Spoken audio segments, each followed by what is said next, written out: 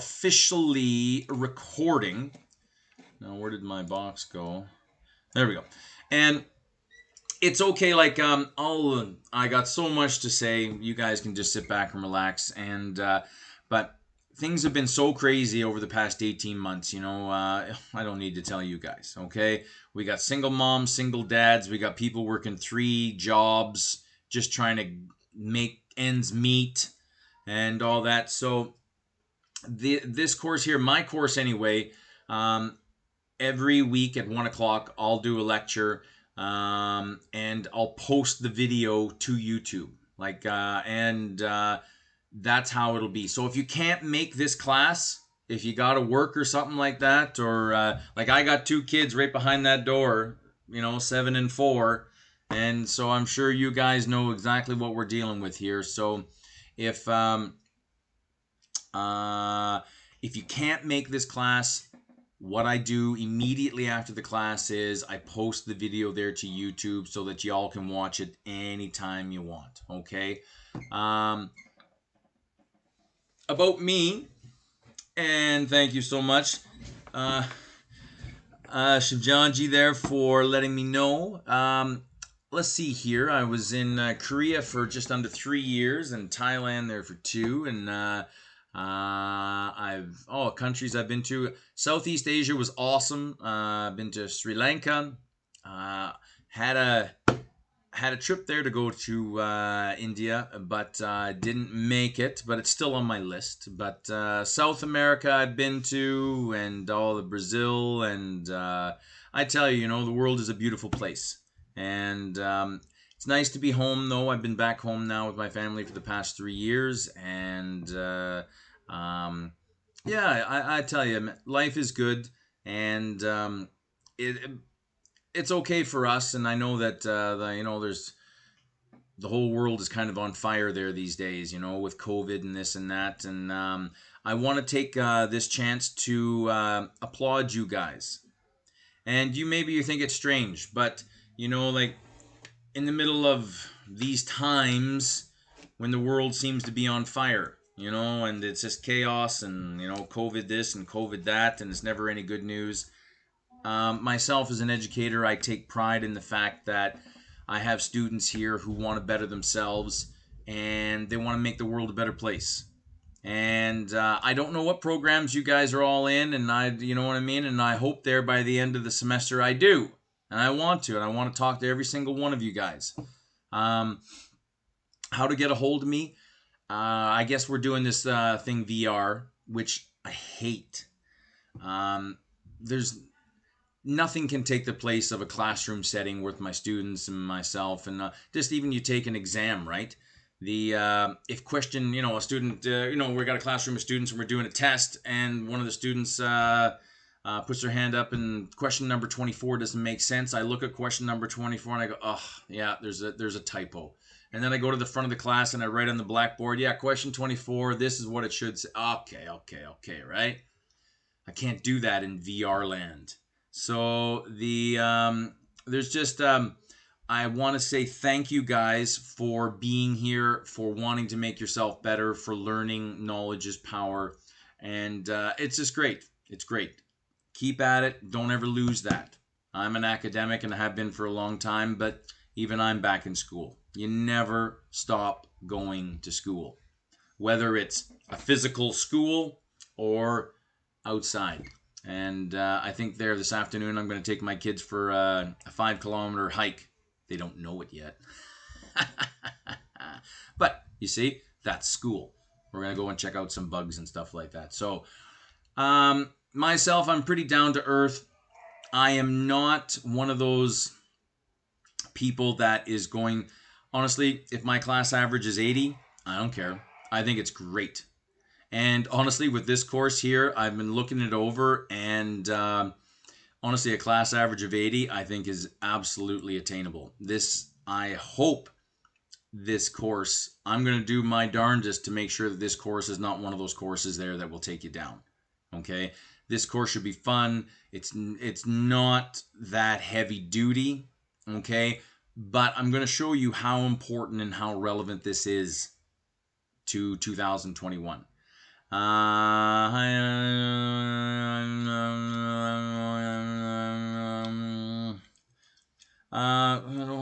hi, Nikki. I'm just reading this. I'm sure with the morning class because I didn't have code to join Zoom, so I need to. Honestly, hi, Nikki. If you're here, I do the same same presentation 9 o'clock as I do at 1 o'clock, and some weekends there, I think my little girl's got soccer, so I may actually do the 9 o'clock and record it and just use it there for the 1 o'clock. So, Nikki, if you missed the morning class, welcome to it. And also, if you missed the morning class, it's posted there to YouTube. You guys go there and watch it now. Oh, sorry. Okay, very good. So, hi, Mohammed. So, is you can go on YouTube, watch it, or just watch it here. And so don't worry. And if there's ever any issue, technical or otherwise, you know what I mean? You guys are going to see a little bit of my inadequacies here. I'm more of a WebEx person, but the Zoom here, I'm learning how to use it. And if you can't access something, you have to let me know, because that makes me angry, and I don't get angry. But I want my students to have access to everything there that they are entitled to. And if you can't access a Zoom meeting, or if there's an incorrect password, I don't even know why they have passwords. Why do I care who joins this? I wish there'd be a million people joining my WebEx or Zoom meeting, because then knowledge is power. We could share and meet and greet, and but anyway, so okay, all right.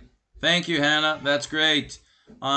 And honestly, use the chat forum, meet and greet. I know y'all are out there in cyberspace and this and that, but there's no reason why you can't meet somebody on here. And I'll see if I can open up the a chat line there on Blackboard so you guys can talk and exchange ideas. So we'll get there. If you guys have any questions there, I know we haven't really done anything yet, so why would you have a question, right? But I do have, sir. Okay, all right. What do you got? Actually, it's the program. It's 108 and 110 together. Yeah, I think you guys do the 110 in the morning, and then you do the 108 in the afternoon. Right. I try to log into the 110 in the morning for 9 a.m. But like you sent the link to join the Zoom, but she didn't send the link. I tried to go to the blue big blue button, but it says that it's only for the in class when you are in the campus. Well, you know what? Nikki's got her own. You know what I mean? She's her own teacher there. She's got her own routine. Did you email her and ask her and let her know? Yes, I did email her. I haven't got any answer from her. Right. I think I did email you as well, just to I thought maybe you guys will the same, so I thought maybe you will know that too. Sorry, Mohammed. It's yeah, the my classes, this is how they'll go. I'll teach the one class at 9 o'clock. I post the video, and then I have you guys there for 1 o'clock, and I'll post another copy of basically the same video, and that's how it'll work for me. But if there's ever any technical issue, you guys can't access something, or even a question on a test or anything, something doesn't make sense, it's gotta, well, what we use in educational terms is meaning making. It's got to make sense to you. And if it's not, please don't be afraid to ask a question. Even in class, even if you're worried about your voice being heard, then shoot me an email. Shoot me and don't shoot me, but shoot me an email. And honestly, if there's ever a mistake or anything like that, I'm very easy. It'll always work out in your favor. I'm not here to take marks away from you guys at all. I'm here to give you as many as y'all can get. Okay? And I don't think that this course is going to tax you that much. I don't know how many courses you guys are all taking right now at the moment, but this one here, you guys should be okay. Okay? And Mohammed, getting back to you, you'll have to contact Nikki and see what she's got going on. I like my PowerPoint. I like my video. I'll record them I'm recording this one right now, and I'll post it there to YouTube, and I want you guys to have access. And if you do not, let me know, and I'll make sure that you guys have it. Okay. Are there any more questions at the moment? Today's pretty light. I've updated the PowerPoint and I've updated the syllabus. So if you already downloaded a copy of you don't need to change your PowerPoint at all. The syllabus there, I just updated one little thing, but let's go. If you guys have any questions, my classroom is completely 100% democratic, okay, which means that I am not your boss. I am your facilitator, okay? You guys are in control. You guys ask as many questions as you can. And I'm not one of those teachers that I want you to ask questions. I want you to hound me, irritate me, bother me, send 20 emails. I want you to do that. I'm not one of those teachers that shies away. I love to, if something doesn't make sense, ask a question and I'll explain it a different way. And if it still doesn't make sense, then I'll explain it another way until you get it. That's my job. But I can't read your mind. And I guess the whole adage there, the squeaky wheel gets the oil, right? How do you know that you need to oil that wheel? Well, it's making a sound. You got to let me know, okay? And I'll be your biggest advocate. As far as tests and these kinds of things go, we'll go through them. But you guys are improving yourselves for your own reasons. And I don't need to know what your reasons are, okay? The only thing I care about is that you have reasons. And generally people are in school to better themselves, better their family, better everything, okay? And to me, in this world, there is nothing more important than family, okay? So if there are medical issues going on, or health issues or family issues going on, I don't really need to know details, okay? But keep me in the loop. If you're falling behind or if something's not making sense or you're in trouble in some way, let me know, okay? And my ears are always open. I check my email 2 or 3 times a day, so let me know what's going on. It makes things difficult there if I get told the day of an exam, okay?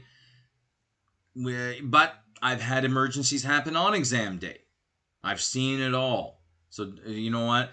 Just be upfront with me and let me know what's going on. Keep me in the loop and I'll be your biggest advocate. I promise. Okay? Other than that, if you guys have any questions, let me know. But I am just going to start with the... where am I here? Right here. And we are. So let me screenshot here. So screen share. Okay. So we're quickly going to go through the syllabus. Like honestly, I should have you guys out of here by 2:15. You know, that's generally where we'll be anyway. Okay. My name is Ian Coates, if you didn't catch that already. All right. There's my email address, ian.coates@senecacollege.ca. Any issues, let me know. Okay. And yeah. How the PowerPoints are going to work is we'll have the PowerPoints at the same time, 1 o'clock there every Saturday between now and December 11th, except for Thanksgiving. I'll get into that. Okay. And if you can't make it, it's all good. At least for me anyway, okay? What is important is you do review the video, and that will be posted there to YouTube. And at the end of this here, I will post the link there to find it there on YouTube. Okay. The course outline, I didn't post it in the course documents because it's right here.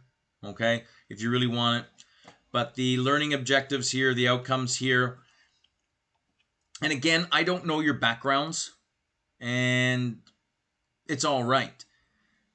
We are going to be doing microbiology, okay? And we're going to be talking about a lot of scientific stuff. Everything we're doing has a scientific motivation behind it, okay? Because we are talking about microbiology, microbes, bad bugs. And I'll get into my definition of a bug there later, all right? But the whole thing is an applied approach onto the sociological health of society, right? We want to protect people. That's what we're doing this for. Infection control.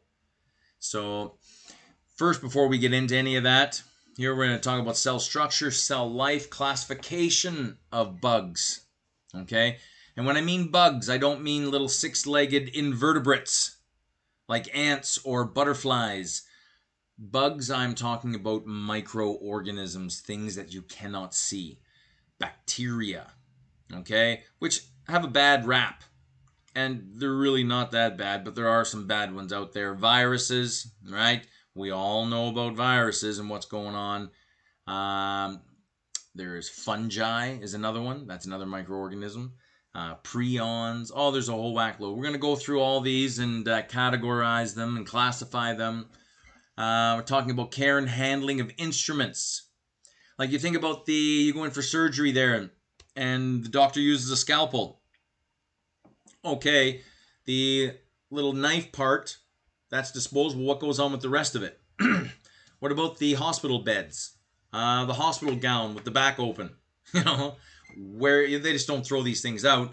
They all get washed again. They all get cleaned again. They all get sanitized again. Okay, what's going on here? Classify and interpret the principles of infection control. Identify methods of transmission of pathogens and sources of contamination. Identify situations requiring asepsis in the work environment. Interesting word. What does that mean? Explain potential workplace risks as related to infection control. Oh yeah, this is all about the workplace. Wait until you see the jobs that are available for this. Okay? Mucho money, mucho dinero. If you're Russian, dingy. That's the Russian word there for money. Arabic, flus. Right? Explain potential workplace risks, infection control. Identify concepts related to the use of personal protective equipment. Personal protective equipment, PPE. And one of the core pillars of this course is I want you to protect yourself. All right? You know the whole thing when you're in an airplane and let's say the cabin of the airplane loses air pressure, right? The mask dropped down. And your instinct as a good mom or a good dad, a good parent, whatever, is to take and put it on your child first, right? No. Because by the time you get it halfway around your child's head, you'll be out unconscious. Okay? So this is about protecting yourself. Okay? Oh, there's my dog. And describe and apply knowledge of microbiology and infection control to the four main functions within the sterile processing department. We'll get there. It's all there. What do we got here? Quizzes, tests, and final exam. This is it. This is all there is. And you're going to have a quiz 1, which will be 20 multiple choice. Then you'll have test 1, which will be 40 multiple choice. You'll have quiz 2, 20 multiple choice. Test 2, 40 multiple choice. Maybe 50. And then we've got final test, which is 40% there, and that'll be maybe 80 multiple choice. That's it. That's the whole course. All right? And passing grade is 70. All right? This is the this is the book there that we're dealing with. There's the workbook, okay? And the textbook, which I can't find. My kids, they were playing a practical trick on me there, and it wasn't a funny one, actually. And I can't find the textbook, but there's the workbook anyway. And I just want to tell you, we don't really need it. Is this a good book? Sure it is. Medical device reprocessing. Big business. Big business. This book goes into more detail in a wrong direction for where this course is intended. This course here, we're talking about more infection control. Okay, stopping the spread, the techniques involved in keeping a place sanitary. Okay, that's where we're going to kind of be there, protecting yourself, these kinds of things. So as far as using this book goes, the workbook or the textbook, if you don't have it, you don't need it. Okay, and I kind of like that, because then everything, we kind of have our horse blinders on and we're just moving forward, and the PowerPoints are where you need to be. That's it. Okay, there, you'll see in the syllabus here that there are, and here's the syllabus: September 11th, 18th, 25, October 2nd. You'll see there October 9th, there is no class. Okay, it's Thanksgiving. Okay, and we just keep on moving. There's no reading week. It's just bang, bang, bang, and away you go. Okay, and we finish on December 11th. All right. Now you'll see that week one, this is what we're going to cover. It's just basically week one is we're just introducing everything. Okay. And I think the PowerPoint, I don't know, 42, 43 slides, but yet you only have to read 3 pages. No. Okay, there's a lot more information in the PowerPoints than is in the book as far as this goes. So please have a read of those 3 pages, but then the PowerPoint there, this one here goes into all the detail. Basic overview, medical device reprocessing department, microbiology, impacts of infectious disease, microbial world, applied micro and antibiotic resistance, which I'll get into big time, all right? You'll see here that we'll go along, I think week 4, we have our first quiz. Okay, and I think that I'll probably just leave that open there for a week. Okay, just to let you guys tinker on it. So it'll cover weeks 1, 2, 3, 4, and then after class, I'll open up quiz 1. And then we have Thanksgiving, and then we'll have test 1, and there's no class on test weeks. Okay, so it's just at 1 o'clock, the test will open, whether it's open for 2 hours or 24 hours or whatever it is. That's how it'll be. I'll let you guys know on that, okay? And then we go on to the second part there, and you'll see there quiz 2 is on 3 weeks, and then we do A&P, anatomy, physiology, and then we do test number 2. Okay? And again, there's no lecture, and then we've got 2 more weeks, and then we have a final exam. That's how she goes. Not too bad, I think. Okay?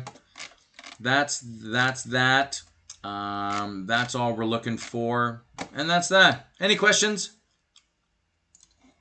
Nah. You guys are good. Let's get going, shall we? All right. So, here we go. We're going to start this up. And as I said, today's not too bad. Actually, every week isn't too bad.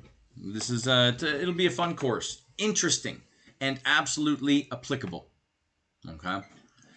So here we go. There's my name, Ian Coates, if you missed it already, and there's my email address. And again, please contact me any reason. Just to say hi.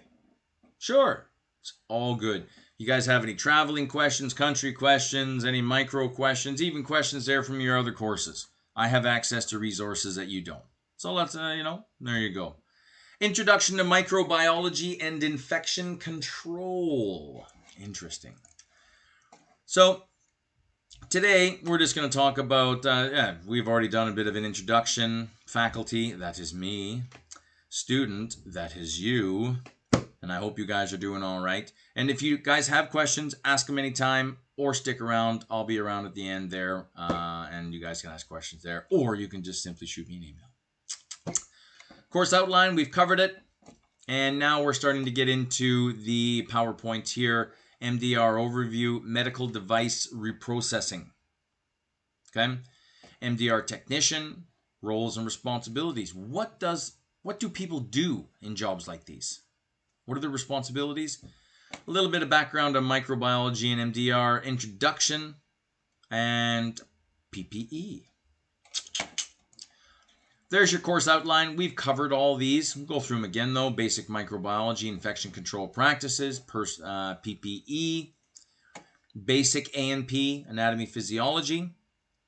Okay, like we could spend, a PhD talking about the liver. Are we going to do that? No. We're going to go over basic anatomy and physiology as pertaining to a job role in a hospital or something like this. We need to know, I need you guys to have a certain awareness of anatomy and physiology of yourselves as well as microorganisms in order to pass this course.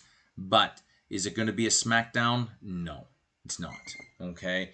I don't know your backgrounds. I don't know if you guys have a heavy science background or if you guys have hardly any. Okay. But don't worry if you don't. And I mean that. Do not worry if you don't have a heavy science background. You won't. It helps because a lot of some of this stuff there you will have seen before. But if you don't worry. You'll be just fine. Fundamentals of medical terminology. That's a big one. When you're dealing with biology, there's a lot of Latin. It's kind of a new language.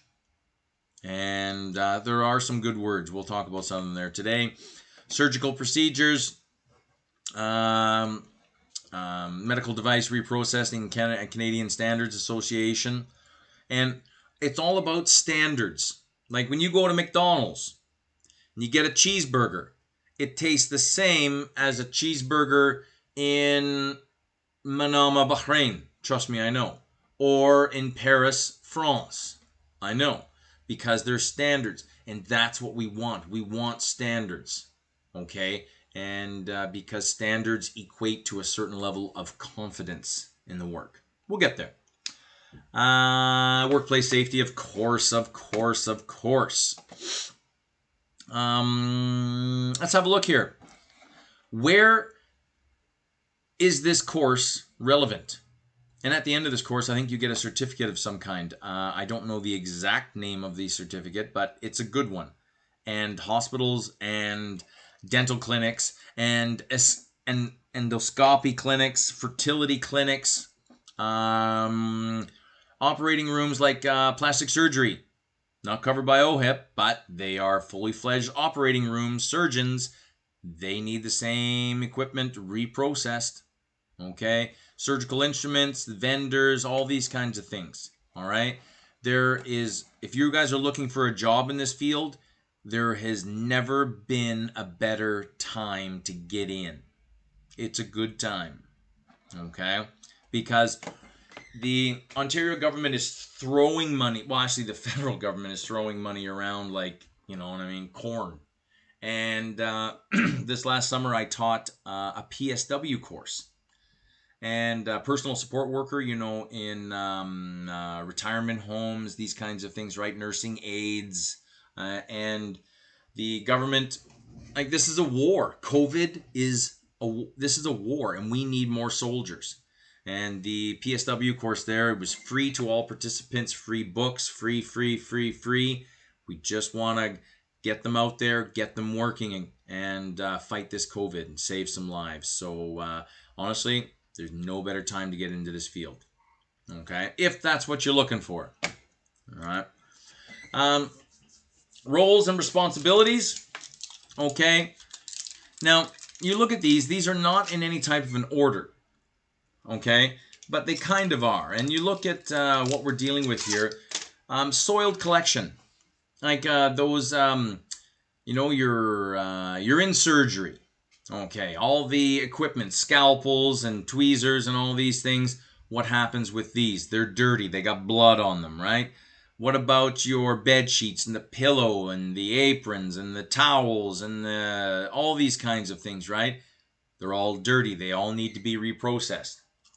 Okay? So, we have soiled collection, decontamination. And we'll go into a lot more detail where I'm just kind of throwing things at you and hoping some of them stick against the wall.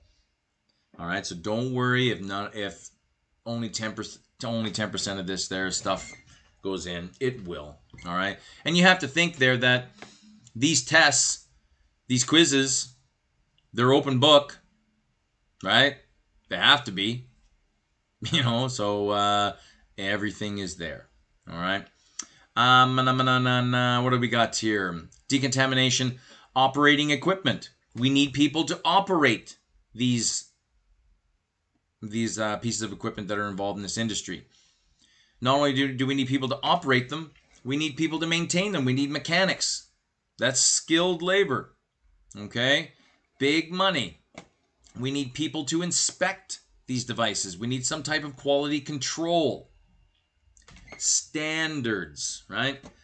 Assembly. Put things, things come disassembled, when they're in this stage. But towards the end, they need to be reassembled, put back together, right? Finally, sterilization, and then the redistribution of these pieces of equipment.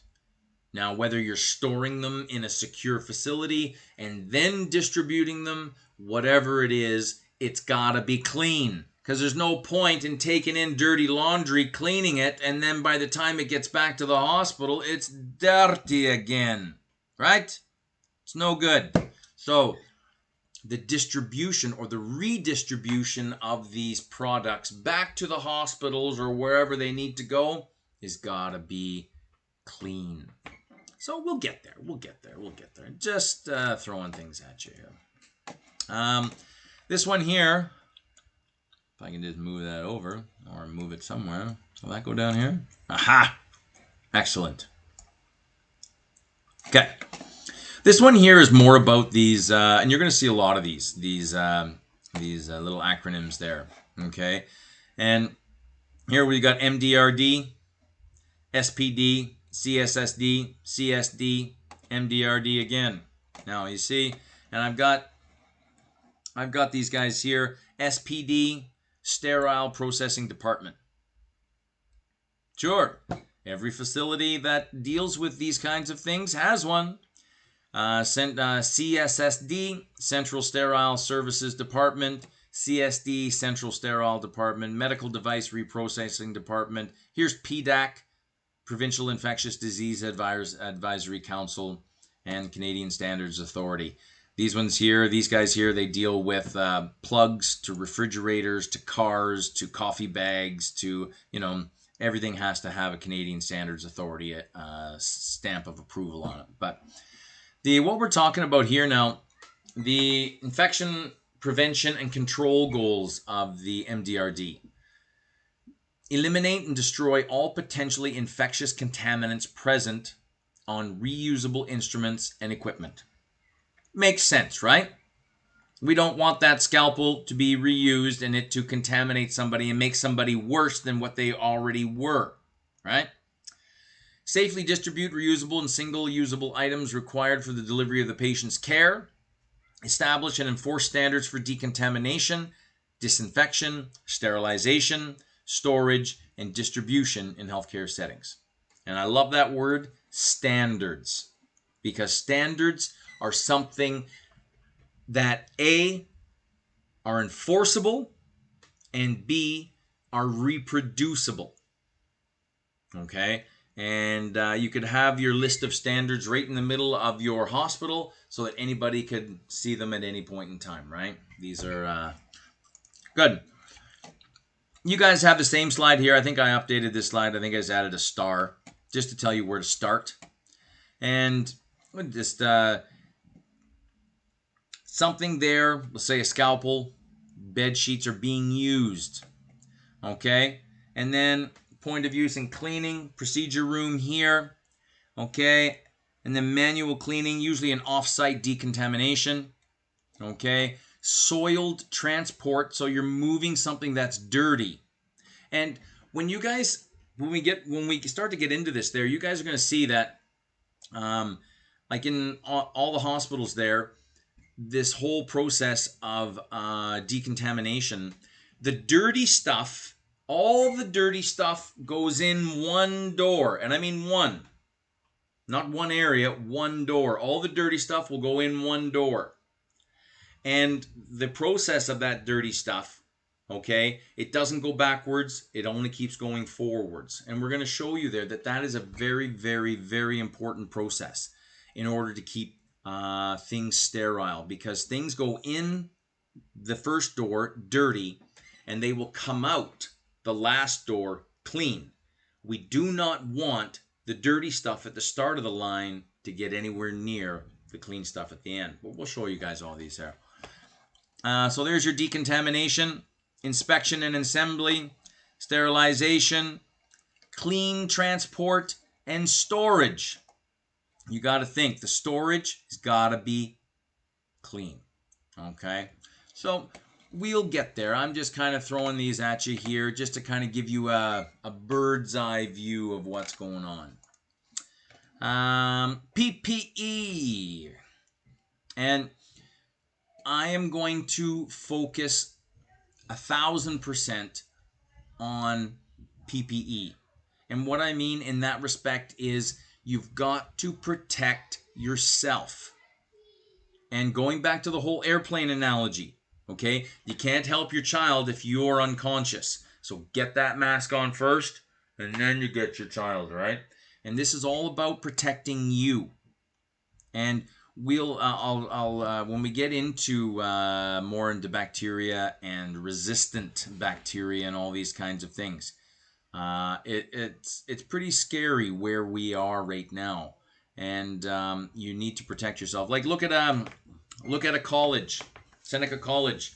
Where are the top 5 dirtiest places in the college, or any college for that matter? Right? Okay, bathroom. But actually, bathrooms aren't generally number 1. Handrails when you're walking down the stairs. Doorknobs tend to be quite dirty. ATMs, you know, punching in, very dirty. Even money tends to be filthy dirty. So just watch yourself, be careful, and protect yourself, because that's what this is all about. Okay. Those who work in decontamination areas, sure, they got to wear gloves. Okay. And yeah, if you go into any micro lab, basically there these days, that's what you look like. You're just covered from head to toe. Okay. You got a gown or a lab coat of some kind, hair covering, face shield. Okay. Your mask as well, even shoe covers. This is what it is. All right. Something like this. Medical device reprocessing personnel should wash their hands. You should be washing your hands all the time. And you walk in the facility all the time. Like when I'm in the lab there, I just kind of shoot my hands with alcohol. We have 99% alcohol just all over the lab, and you just make sure you're just protecting yourself, okay? Because, actually, I'm not going to get into that. I'll talk about that later. Before beginning, sure, you got to remove your watches and all jewelry, okay? Just because they can harbor infection, and there are like the Black Plague, the bubonic plague. Most people think it's been eradicated. It has not been eradicated, and it is still around. Flesh-eating bacteria like MRSA, okay? And you hear about these things, not all the time, but occasionally they do come around. So just protect yourself, okay? Food and beverages, of course, never in the lab. When we get into the, when you have a brick and mortar, a housing facility where you're cleaning this type of equipment here, we're going to get into negative air pressure. When a positive air pressure, it's coming out, it's coming away from, right? It's pushing, right? And that's how, remember what I was just saying there? Dirty things go in one door, clean things come out another door. Well, I don't know if you guys have ever heard of a HEPA filter. This is a filter there that cleans all the air. And let's say you're working here at this table, you would have a HEPA filter right here that's blowing clean air onto you. It's bug-free air or bacteria-free air, right? Bug-free, right?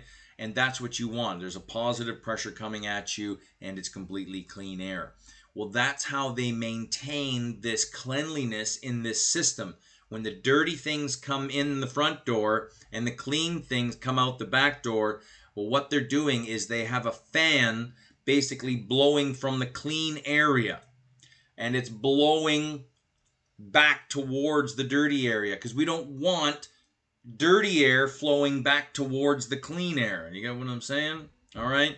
So this is what we're talking about when we talk about negative and positive pressure there for air, but we'll get into these kinds of things there later. The flow in the MDRD is a one-way flow with positive pressure in the clean area and negative pressure in the soiled area. Okay, we do not want dirty air going to the clean area where they're storing these things, because then these things are now dirty. That's all it takes. Think about it. Every breath you take, there are thousands, millions of bacteria. Right now you're covered in bacteria. Go and have a shower. You know what I mean? It's okay. Most bacteria are harmless. In fact, you can't live without having bacteria. There's a symbiotic relationship that goes on in your large intestine, which we'll talk about in a couple of minutes. You'll see there that the doors are closed at all the time, and there's a relative humidity of around 30 to 60%, and this is because bugs like a higher humidity, okay? And the temperature is also controlled. Interesting, eh? What temperature would they be? Think about your temperature there. Why do you get a fever when you get sick? Well, it's kind of twofold, right?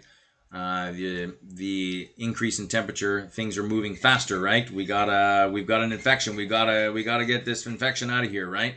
But then also an increased temperature, the bugs don't like it. So it's kind of a twofold. So interesting stuff. But we're just having fun there today. Don't you worry about these things here just yet. All right. What exactly is micro?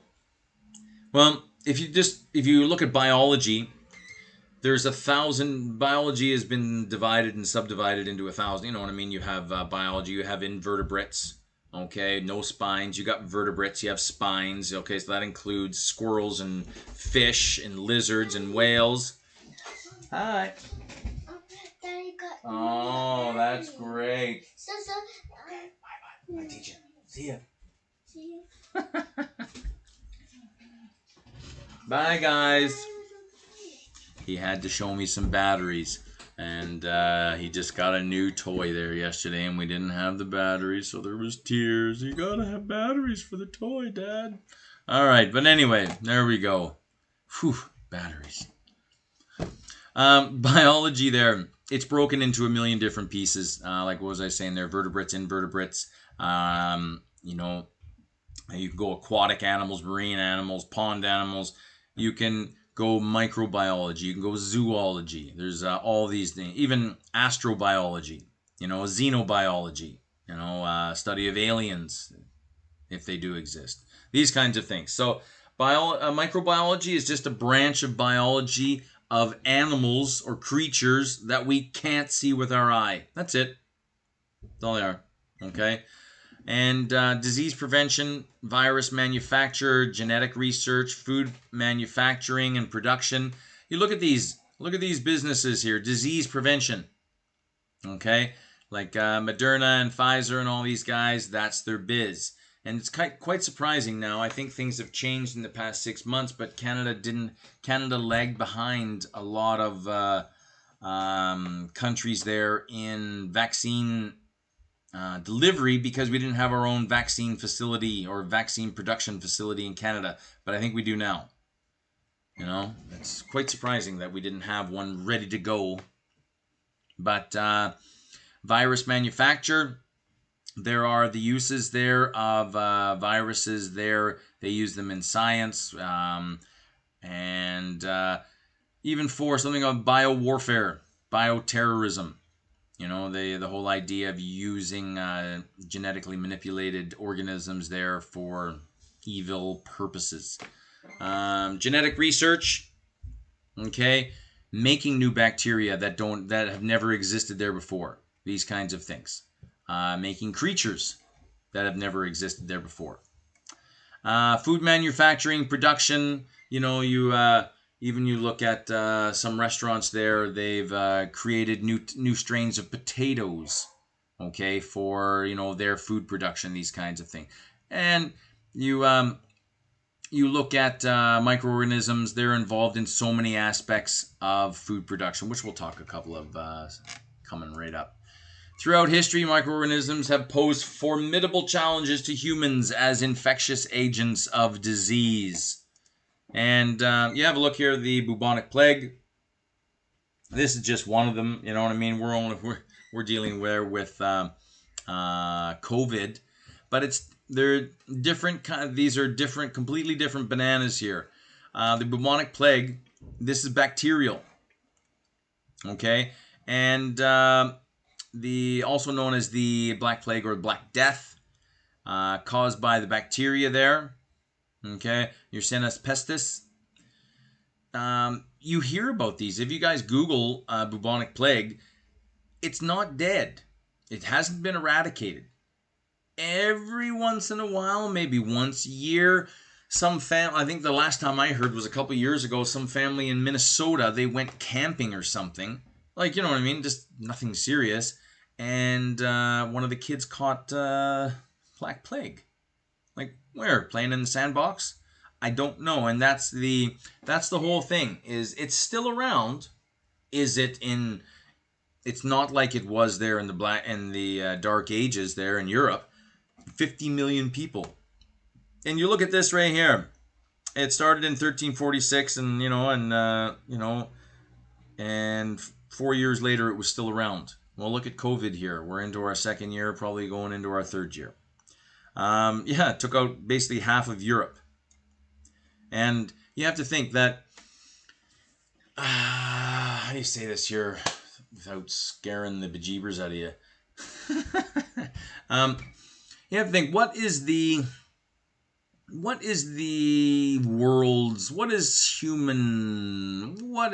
are people's greatest discovery? I guess maybe the greatest discovery would be aliens, I guess, but we're not there yet. And you just go, what is it, the combustion engine? Cars? Is it rockets? Is it, or is it something as simple as soap? Like the whole idea that, you can buy soap with antibacterial chemicals already in it. But that's just a scam. Soap is an antimicrobial. Pure Dove or Irish Spring or, all the, whatever you can get at Walmart there, soap is antimicrobial. And so you don't really need to waste your money on the expensive antimicrobial soap because it's a lie. Soap is antimicrobial by itself. There's a lot of things there that we perceive as doing the right thing, and it's actually doing the wrong thing. And like when we get into like what is stopping bacteria right now? What is what I mean? We have soap, and then you look at Fleming. Alexander Fleming there discovered penicillin back in the early 20th century. Could that be one of the greatest human discoveries of all time? And if you look here, the like the rats here, they got a bad. I don't think it was the rats directly. Okay, I think it was mites, little bugs there, like little mites there that were living on the rats. Those were the real causes of it. But it's a bacteria, and I think this happened this is in the 1300s. Things weren't very clean back then, right? Soap, washing, you know what I mean? We're very lucky to be in a country here that has running water and soap, and things are, and things can get pretty tough outside of this country, and so we're pretty lucky to be here. And when we're talking about clean, yes, there is a daily practice involved, but going back, could the discovery of penicillin be the greatest thing? And what happens if we don't have penicillin? Like, penicillin was that was the discovery, right? And then now we've made kind of proxy antibiotics, right? Spin-offs of those. And there are antibiotics of different strengths. You got penicillin, you got amoxicillin. These are kind of the general ones there that your doctor will give. All right, if you have an infection. But we'll get into doctors giving out antibiotics. I'm not through with you doctors yet before the end of the presentation. I'm going to talk to you doctors out there about giving antibiotics indiscriminately. But yeah, you think that if we didn't have antibiotics, is this where we are? Are we back to being slaves to microbes because we don't have any way to fight them? Because there are certain bugs now that are immune to antibiotics, that are resistant to antibiotics. So what do we do with them? What do we do? Yeah, we're one bad bug away from going back to the Dark Ages. And right now, there's a huge movement for more different types of antibiotics. Because our strongest antibiotic, which is called vancomycin, which is supposed to wipe out anything, right? There's a whole gradient system. Okay, we'll give you penicillin. If penicillin doesn't work, we'll give you amoxicillin. If we don't give you, we'll give you. Okay, all right. Whoa, this is a bad bug. Okay, we're going to give you vancomycin. That's the end of the line. That's all we got. Which is pretty scary because there are bugs out there that are resistant to vancomycin. And then what do we do? Like, they're already, right? They're not that common. We keep them under control. But if something widespread happens, like look what happened. 50 million people died within 4 years. It's half of Europe. Just a little bit of a diagram here. And this is bacterial, right? This was a bacterial pandemic. And you see how slow it was. There wasn't any airplanes. There wasn't any planes, trains, automobiles, these kinds of things back then. So it was kind of a slower process, right? And started, and then you can see how it generally moved up. There's 13, 47, 48, 49, 50, 51, and you see kind of moves out. And in this day and age of a global pandemic with airplanes, trains, and automobiles, if there's a bad bug in Australia, odds are in a week or 2 or 3, it'll be in Canada. Okay, because our world is, what do they call it, a global village now, right? So, yeah, things can move very quickly. We've got the Delta variant going on right now, and there are others that are, the WHO has provided their variants of interest and these kinds of things. But we'll get there. Welcome to a bacteria. We'll get into size and shape and coloration and, rods and staphylococci, shapes, sizes, gram staining. You guys will be all over these. And again, if you don't have the science background, you'll still be okay. You'll be all right. Smallpox. Here's one here. It's caused by 2 airborne virus variants. And we're going to talk about variants. And now you guys have heard these all over the news, right? I just said they're the Delta variant, the Lambda variant. We'll talk about these there in a little bit. But that's what's going on here. Deadly diseases that in survivors can cause disfigurement and blindness. It's just horrible. And 500 million deaths worldwide in the 20th century. Essentially, it was eradicated there in about 1980 through widespread vaccination. But you see there's always the possibility of utilizing these. I guess maybe this is the new, war front, using microbials. But just to be careful there, the vaccines, they do work. And we'll talk more about vaccines. I think it's probably week 4, all right? And the differences there between a regular vaccine, quote unquote, and then we have the new mRNA vaccines there. Like I got 2 shots of Moderna, okay, and Pfizer there. These are these mRNA vaccines. Different kinds of vaccines, not really tested. They're kind of going, but they seem to be doing all right. Yes, I was just knocking on wood. Let's go. The eradication of smallpox, and you guys can see here that there tends to be a direct correlation between the availability of aseptic practice, clean practice, sterilization techniques, and longevity of life.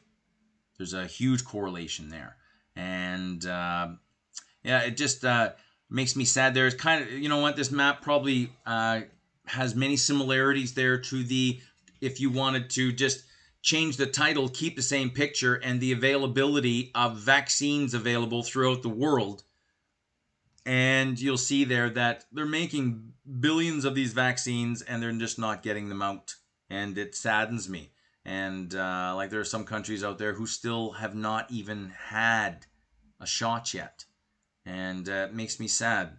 And it all has to do with money. And I think health has no place in with money. But what do I know? I'm just a teacher. This one here, without going into viruses too heavily, okay? And this is one of the things that makes me angry, is the doctors giving antibiotics. Antibiotics, let's get it straight right here. Antibiotics have one mission: to kill bacteria. That's it.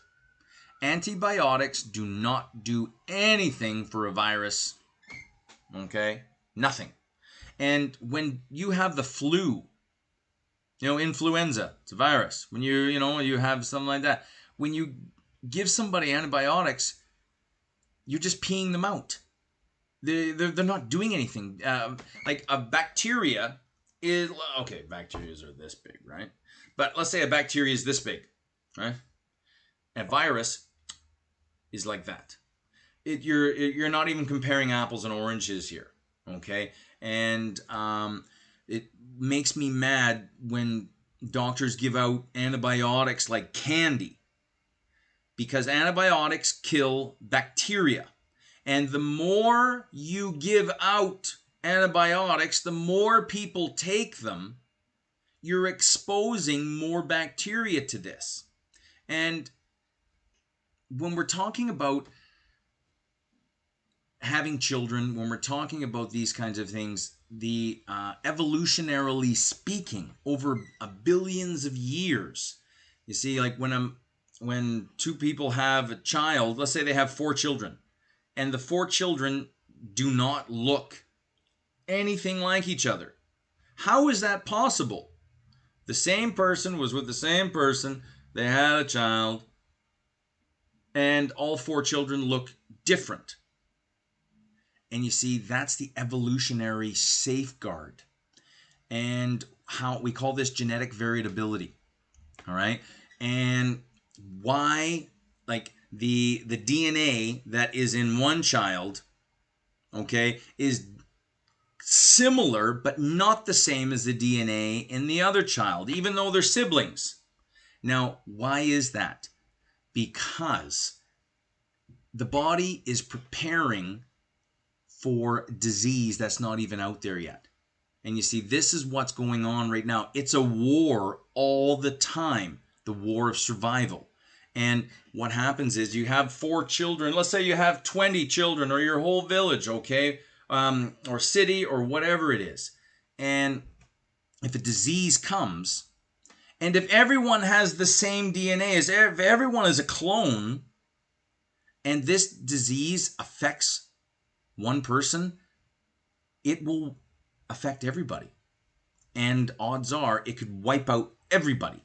So now the species is at risk, whether we're talking caterpillars or humans or whatever it is, okay?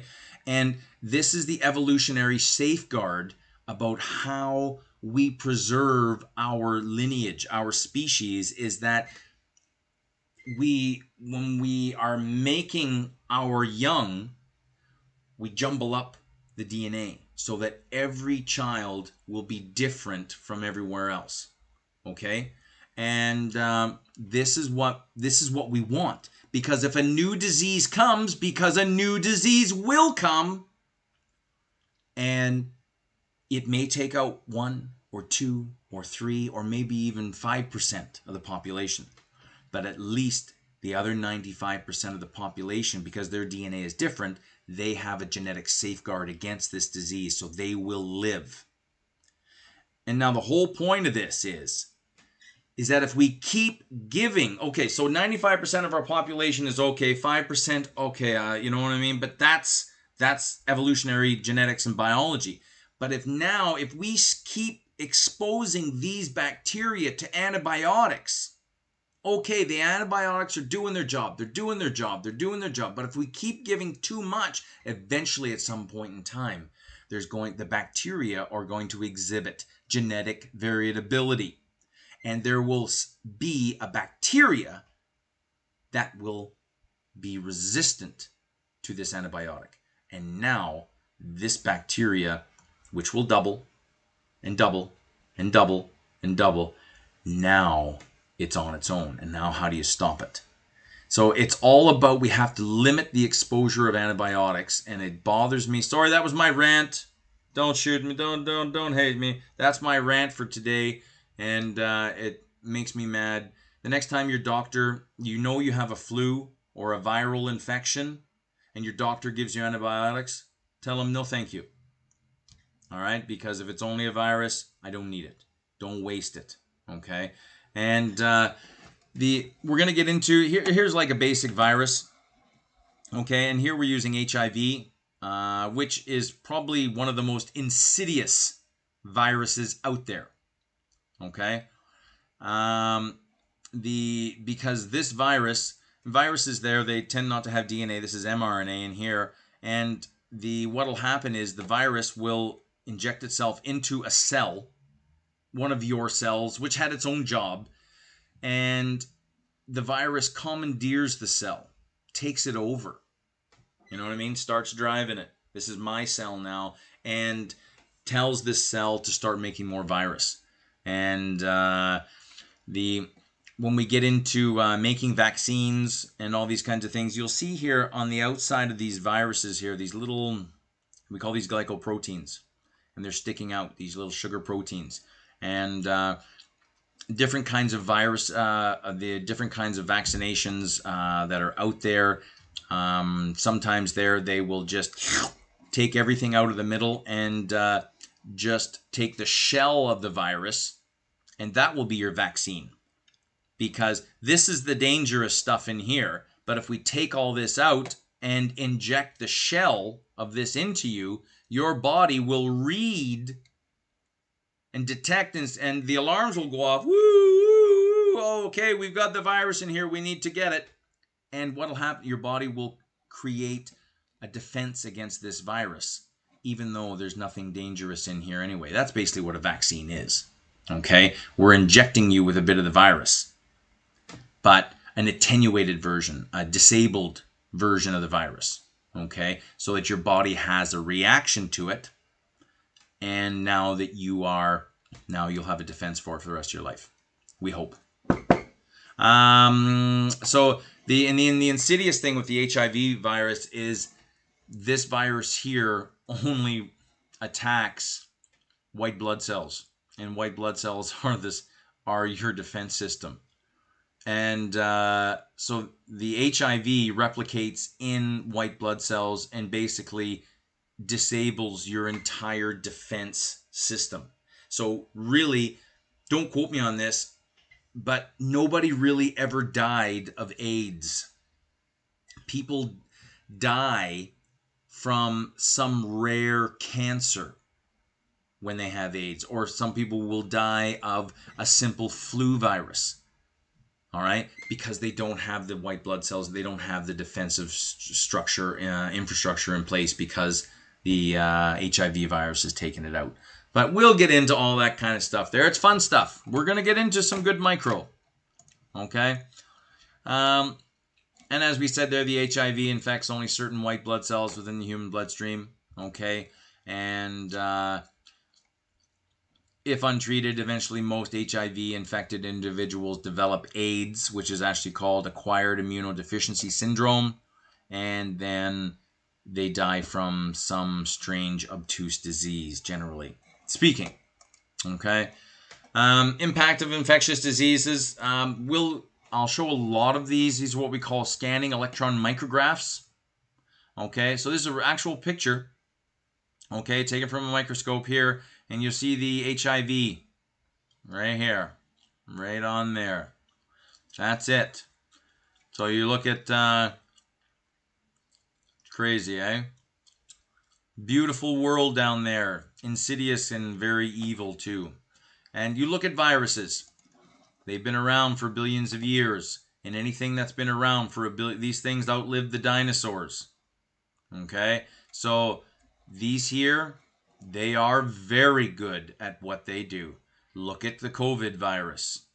It is extremely efficient and extremely communicable. All right, it's designed to infect you. Evolutionarily, like a snake is designed to slither.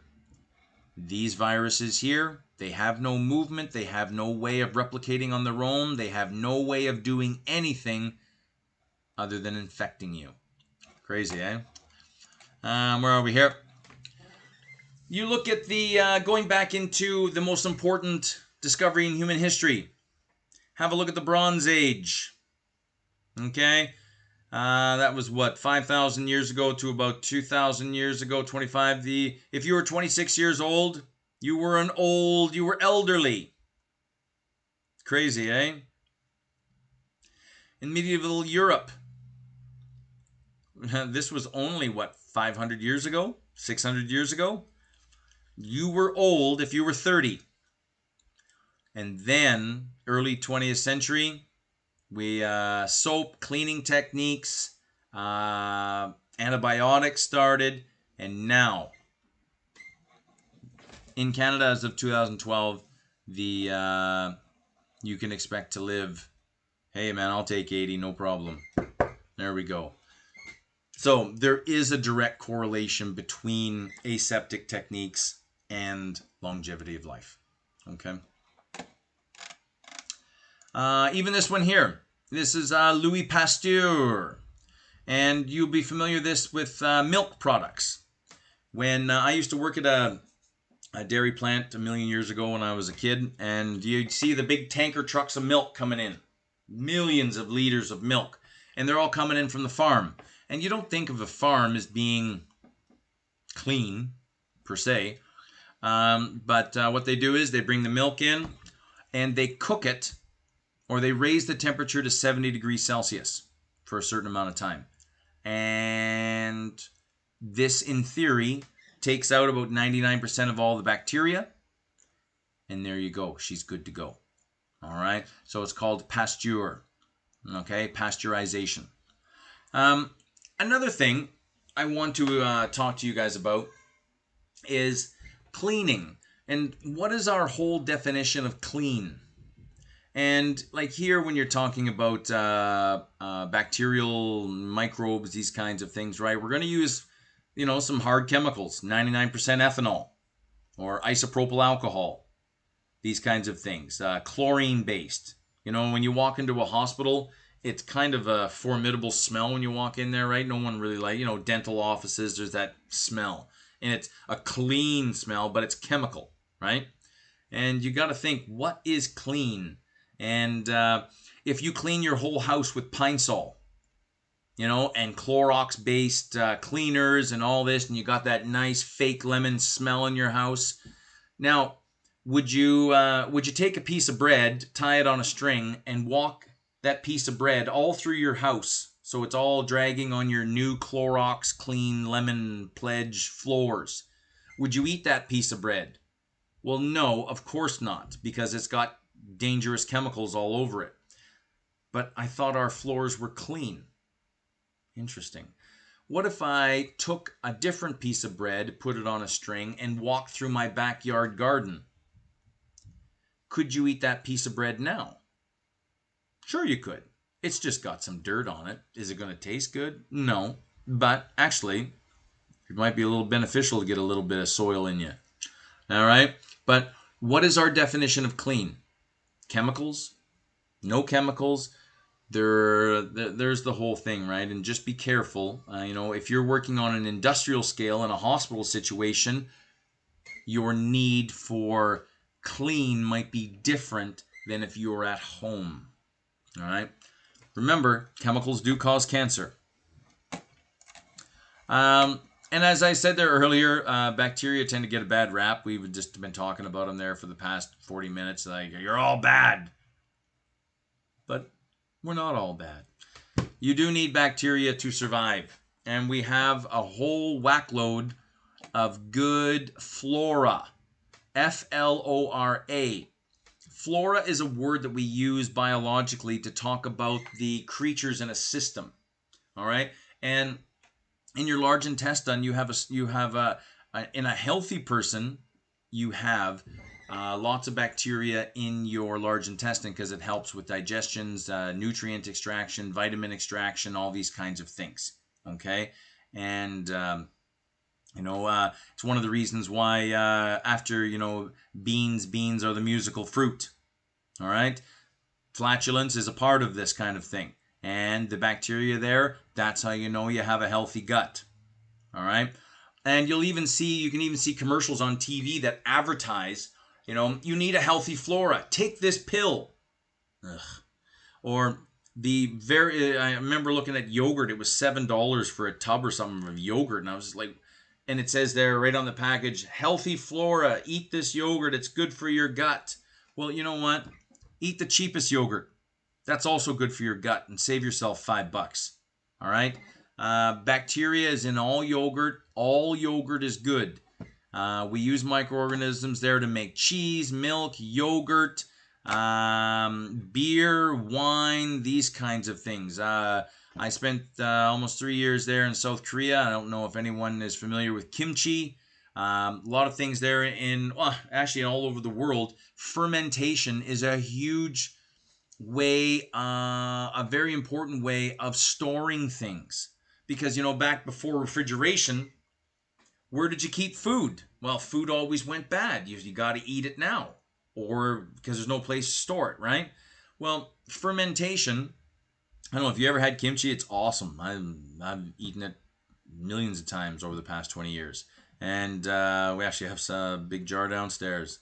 And the whole idea of taking a cabbage or lettuce, it's more of a cabbage, and you slather this chili shrimp paste on there, and then you put it in a bowl, and then put it in a pot, put it in the ground, and let it sit there for a month.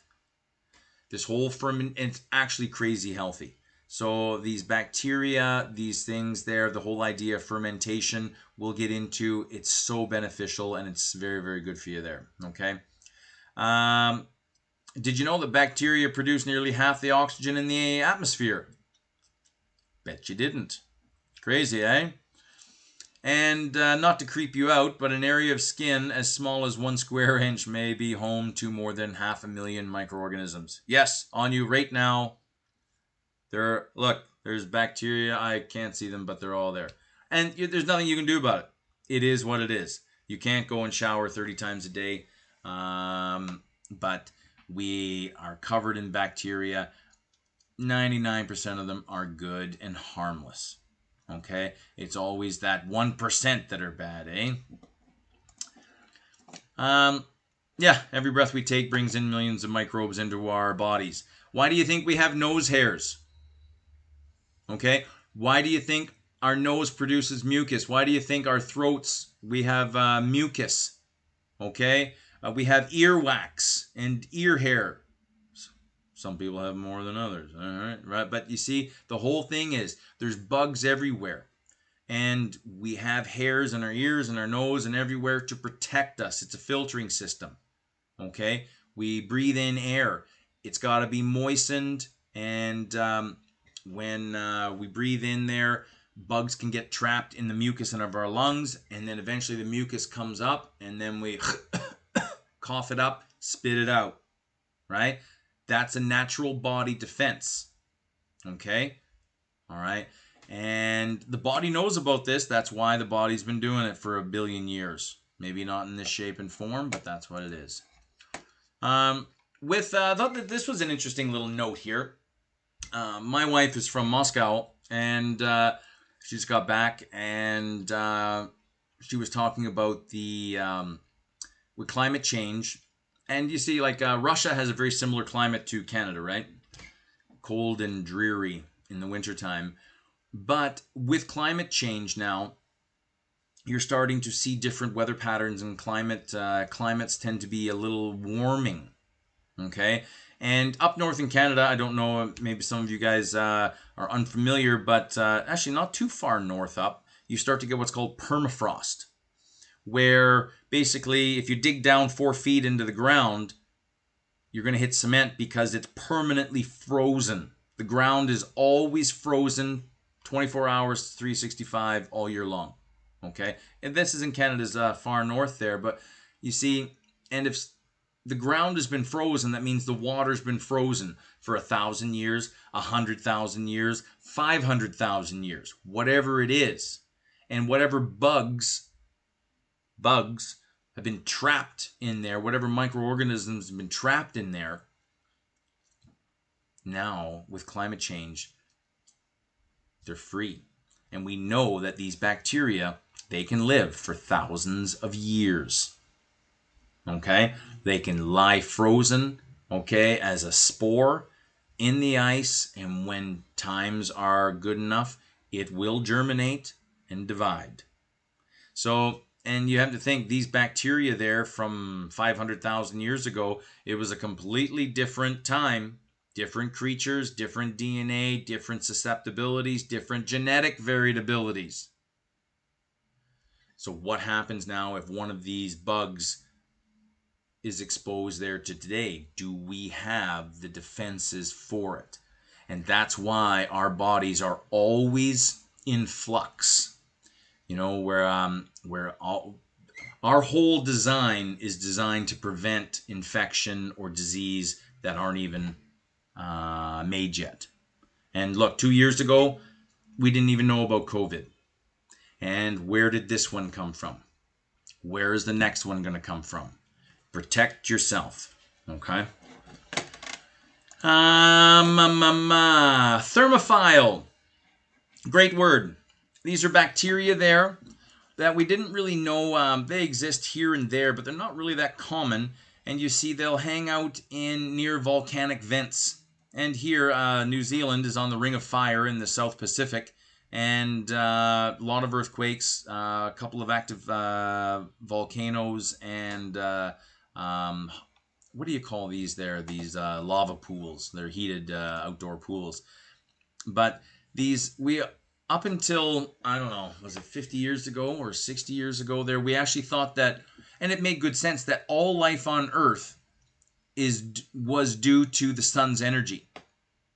You know, like all the plants there, the trees, they absorb the sun's rays, and with carbon dioxide photosynthesis, they make they grow. And then rhinos and giraffes and my daughter, they eat broccoli and leaves, and they eat the plants, and they get energy from the plants, and they're able to, and you see how the sun's energy kind of radiates throughout the whole food chain.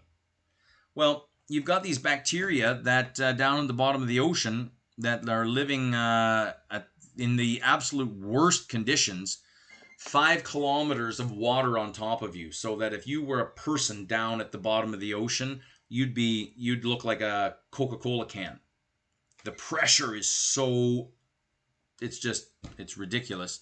So you've got these bacteria that live down there in the dark beside these lava vents, and they get their energy from there.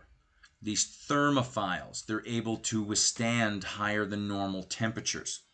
Okay, and they've realized there that there's a whole ecosystem at the bottom of the ocean that doesn't rely on the sun's energy. It relies on the Earth's energy.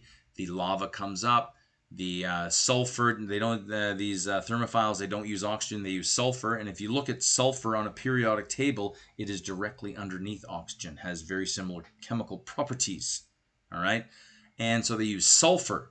as their quote-unquote oxygen, and from there are different animals that feed on the bacteria. There's a whole food chain that is not reliant on the sun's energy at all. Just interesting note. What do we got here? Yeah, and just to show you, photosynthetic fossilized cyanobacteria in a billion-year-old rock formation.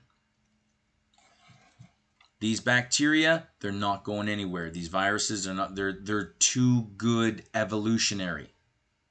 Like, what does it take? 20 minutes for a bacteria to reproduce.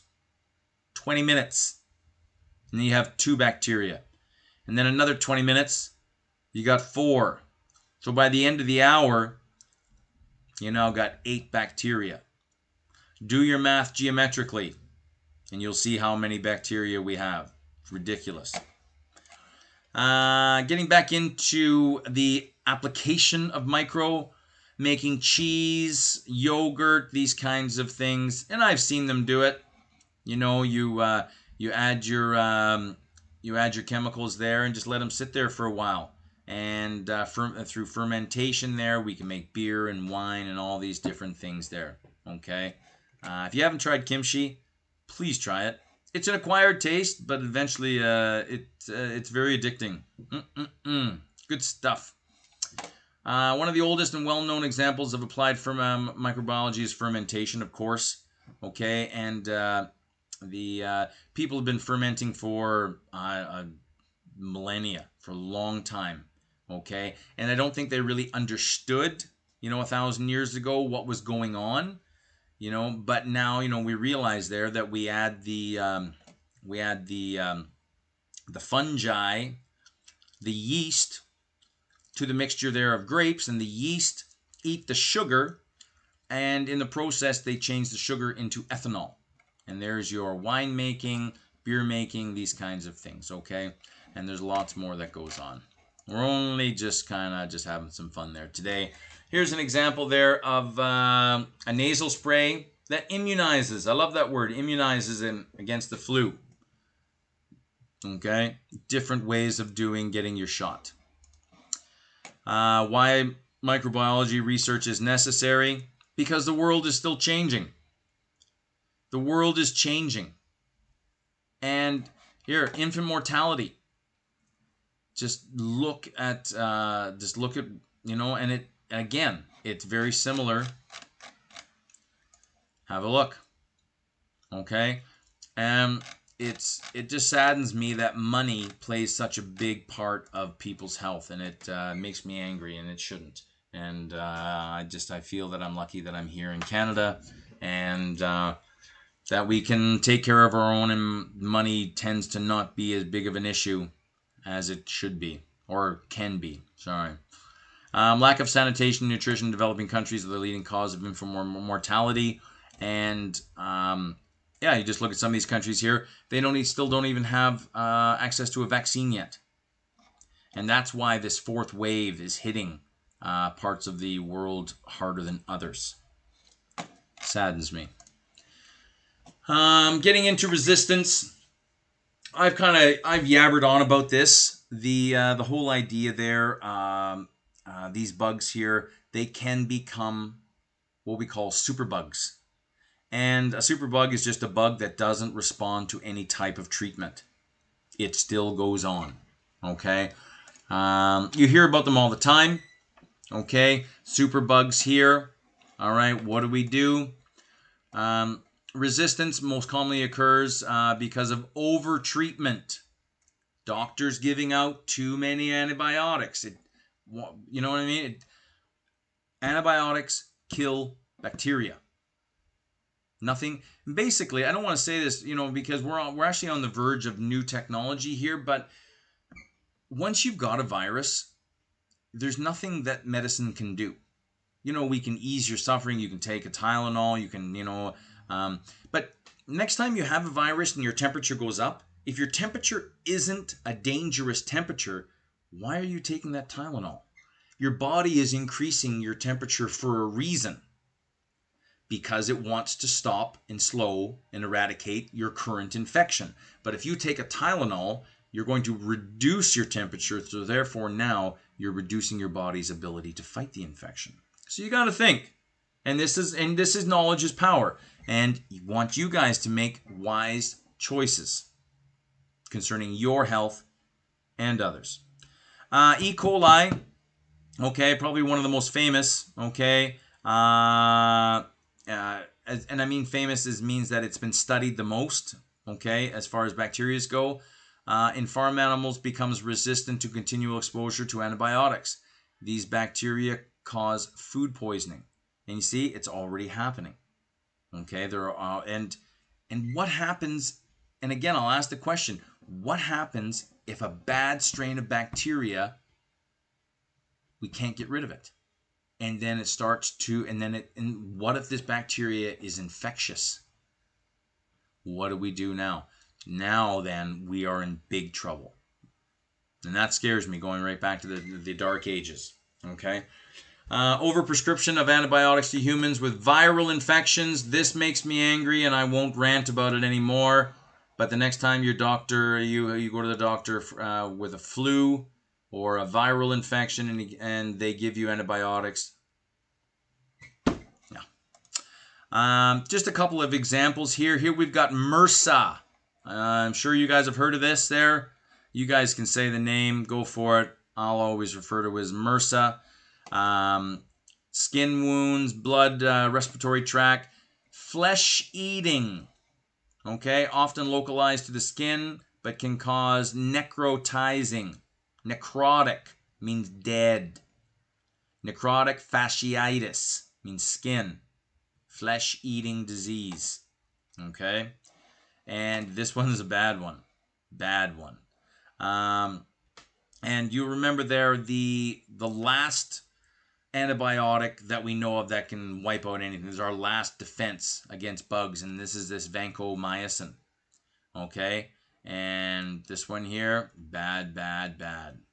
Okay, kills protective flora, and this is where I'm going to use terminology like this, and I want you guys to. And this part of the thing about biology, it's a new language. Okay, and bear with me, it will take some time if your background isn't science, okay, but it's all right, you're going to be just fine.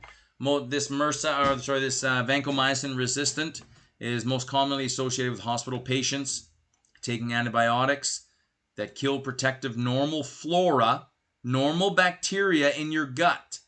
So you keep taking antibiotics that your doctor is giving you, and the antibiotics are killing the good bacteria, which are muscling out the bad bacteria. That's what they do, right? In your gut, in your large intestine, there's bacteria all through there, okay? And they all have their space, and they're all happy. But if you take antibiotics unnecessarily, you're going to wipe them all out, and now you've got an empty gut, which is just prime breeding ground for bad bugs to get in there, right? Because we don't want those bad bugs. We want the normal flora in there. So, you know what I mean? It's a double-edged sword, and the only way to protect yourself is knowledge. So thank you for taking this course. I love it. And you guys can have a look at these there. These are your different types of antibiotics. Here's some brand names. I don't care about brand names, okay? And you guys aren't here yet, you know what I mean, all the classes, but we'll get there. But looking at these, now you know what MRSA. There's your vancomycin resistant. Some of these should start to look familiar, and it's okay. That's where we're going. Some of you guys would be too young to remember SARS. But yeah, I was in Saudi Arabia when SARS hit, and flying back and forth to Canada there, that was a pain in the head, I tell you. And there was another one, okay? This one here was also a bad one too. Didn't go as bad as COVID though, okay? It was only, hit Toronto really bad. But yeah, that was a bad one there, and that was 20 years ago. Holy, 20 years, whew. Bacteria, antibiotics. Viruses, vaccine. But the antibiotics kill the bacteria. Vaccines do not kill the virus. You get the vaccine before you get the virus. And the vaccine is part of the virus, but none of the dangerous bits. So you inject parts of the virus into you, your body. You remember those little proteins that stick out, right? This is what we call an attenuated virus. And what they'll do is they'll just take the outer shell of the virus, take everything of the dangerous bits out, and they'll inject the shell of the virus, those little proteins. Your body will read these and go, it'll start to sound the alarm. Woo, we got a problem here. We got a problem. And now the body will develop a response to that virus, but there's no dangerous bits there. And so the next time, if you ever do get that virus with dangerous bits, your body just finishes it off, no problem. Other microbes, oh yeah, we'll get more into this there, genetic engineering. That's where we can get into bioterrorism. But there's also the whole idea of genetically engineering things for a good purpose. Why is this course and all this information important in relation to becoming a medical device reprocessor? I think it's pretty obvious. Okay, protect yourself, protect everybody else. We want standards here. And going back into Louis Pasteur, chance favors the prepared mind. And you think that if you get diagnosed with stage 4 cancer, I'm sorry, there's nothing we can do. But if you get diagnosed with stage 1 cancer, now I can work with that. And the whole idea is preventative practice. We don't want things to get to a stage where I can't fix it. Okay? Everything is prepared. So chance favors the prepared mind. That's what I got. Not too bad there today. And guys, that's what I got there for today. And if you guys have any questions, let me know. Talk to me right now. The mic is open.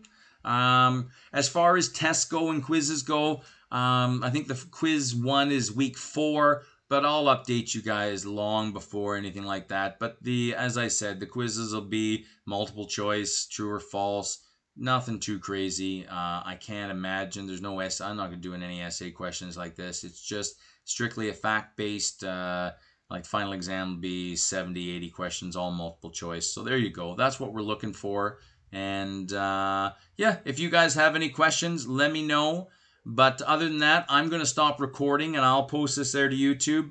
And if you guys got nothing, I got nothing. Enjoy your day. Get out there and get some sunshine, will ya? And I'm just going to stop recording right now. Da-da-da-da.